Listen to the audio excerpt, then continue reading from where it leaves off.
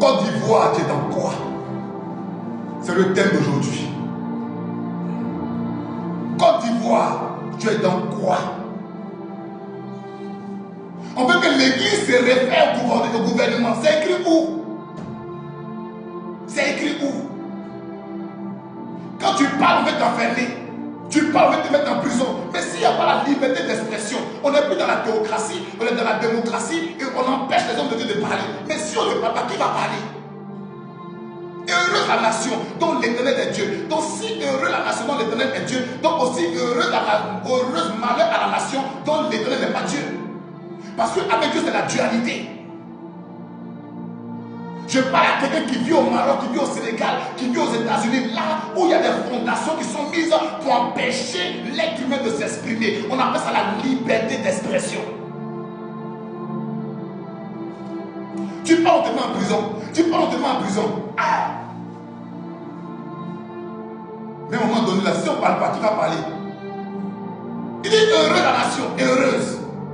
Donc si on dit heureuse la nation dont l'Éternel est Dieu, ça veut dire qu'une nation, quand un chef d'État doit prendre le pouvoir, il doit prêter serment sous l'autorité du Seigneur Jésus-Christ.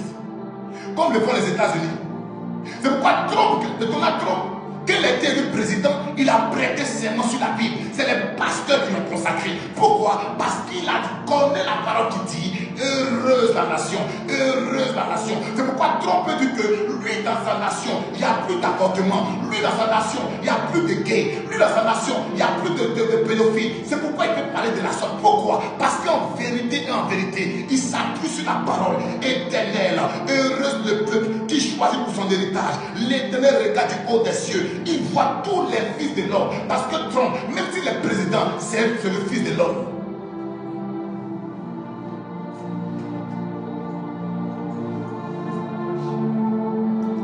Comment pour éviter un pasteur pour venir prêcher dans ton église, tu dois demander l'approbation d'un gouvernement? On a vu ça où? On a vu ça où? Tu vas parler, on te mettre en prison. Pour prêcher, c'est-à-dire qu'un homme pour prêcher dans ton église, tu dois faire lettre au gouvernement. Attends, on est dans quel siècle? On est dans quel monde? On est dans quel siècle? Ceux qui disent que Dieu les a appelés, venez parler. Matin, je dis sa prophétie. Oh, je veux ton téléphone. Selon un gars, oh my God, Seigneur. Donc, Dieu ne vous a pas montré ça. Dieu ne vous a pas montré. Pour les prophètes, de donner les noms matin, midi, soir là. Dieu ne vous a pas montré ça là. Que ça va arriver. Vous ne parlez plus. Dieu ne vous a rien dit. Donc, on comprend dans quel temps vous êtes. Où vous devez parler, vous ne parlez plus. C'est là maintenant où vous devez parler. C'est là maintenant où vous devez parler. Non, je ne vais pas donner mon téléphone. Oh, ta maman, oh my God. Vous mentez, escroc, c'est vous escroquez les fidèles matin. Donne-moi des dîmes, donne-moi des autres. Maintenant, venez parler. Voici le vrai problème. Venez parler. Les soi-disant médiocres. Non, il va mourir, je vois la mort. Vous n'avez pas vu ça aussi? Vous êtes quel médium vous êtes? Quel médium vous êtes? Quel médium? Dans la Bible, Dieu a dit d'aller consulter un médium. Il y a 7 ministères. Il n'y a pas de médium dedans. Dès qu'on veut la visibilité, on veut se faire voir. Dès que quelqu'un sort du néant et qu'il commence à prospérer, il commence à avoir de l'argent, il commence à avoir la visibilité, des fois, le prophète commence à parler. Non, il va mourir. Voilà ce que je vois. Mais pourquoi Dieu n'a pas dit qu'il ira? Ou même quelqu'un d'autre, dans 5 ans, 10 ans, voici une personne qui allait émerger. Il s'appelle c'est ce qu'on appelle le vrai mystère prophétique. On ment en longueur de journée. On détourne le peuple de Dieu. Parce qu'on a en fait allégeance avec ceux qui sont à la tête. Et le peuple est perdu. Que ça soit au Maroc, peu importe le pays. Et puis après, on va jouer la comédie devant la caméra. Est-ce que je parle bien ce matin? Est-ce que je parle bien ce matin? Donc, pour éviter le nom de Dieu là, on doit demander l'autorisation. Moi, j'ai jamais vu ça. Hein? J'ai jamais vu ça. J'ai jamais vu ça. Donc si on veut éviter le nom de Dieu pour venir prêcher dans ta communauté, on doit demander l'avis de qui? Or la Bible dit que le spirituel domine le physique. La Bible déclare que le spirituel domine le physique.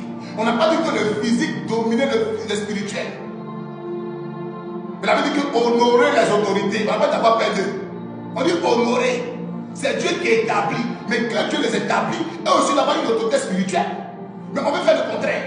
On appelle ça le paganisme.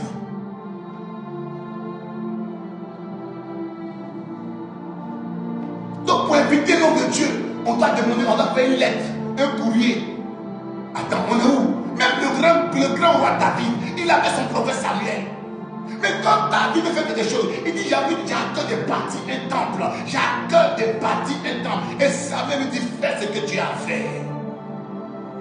Même le grand roi David, l'homme qu'on appelait l'homme selon le cœur de Dieu. L'homme selon. Il n'y a pas l'homme qui a le cœur de Dieu, mais les selon. Donc c'est dire qu'il va dans la bonne manière, dans la bonne fonctionnalité pour avoir le cœur de Dieu. Donc il savait ce que Dieu aimait. Il savait ce que Dieu désirait. Donc c'est pourquoi on dit l'homme selon. Donc il est la photocopie de Dieu, mais dans le bon sens, mais avec les défauts et les qualités. Donc même si David avait dit à Samuel, tu veux bâtir un temple, donc vous devez comprendre que tout chef d'État doit avoir un prophète. C'est ça que ça. Pas les prophètes menteurs escrocs là. Tout homme c'est que tout président, tout ministre doit avoir un prophète dans sa vie. C'est ça que ça. Pour ne pas que le pays se détourne ni à gauche ni à droite. Pour qu'on demeure sous l'alliance et sous la présence du Saint-Esprit et sous la gouvernance du roi des rois. C'est pourquoi il ne s'appelle pas le roi, il s'appelle le roi des rois.